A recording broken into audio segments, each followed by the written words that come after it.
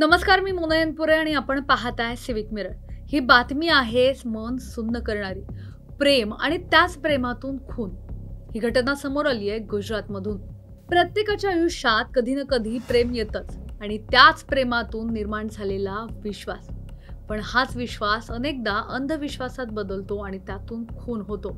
त्या विश्वासाचा तर कधी त्या प्रेमात असणाऱ्या व्यक्तीचा। कच्छ जिल्ह्यातील अंजारमध्ये एका सीआरपीएफ जवानाने आपल्या लव्ह इन पार्टनर असणाऱ्या पोलीस अधिकारी प्रेयसीला संपून टाकलंय। हिचं नाव होतं अरुणाबेन। तिचा गळा दाबून खून केला। ही घटना आहे शुक्रवारी रात्रीची। आरोपी दिलीप डांगचिया हा मणिपूरमधून रजेवर आला होता। अरुणाबेन आणि दिलीप हे दोघे अनेक महिन्यांपासून रिलेशनशिपमध्ये होते। दोघेही एकत्र राहत होते आणि लवकरच लग्न करण्याच्या तयारीत होते। मात्र शनिवारी रात्री दोघांमध्ये वाद झाला आणि रागाच्या भरात दिलीपने अरुणाबेनचा गळा दाबून जीव घेतला।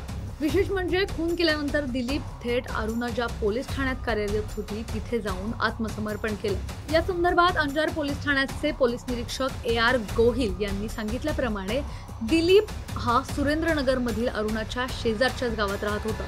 दोघेही गावापासून एकमेकांना ओळखत होते।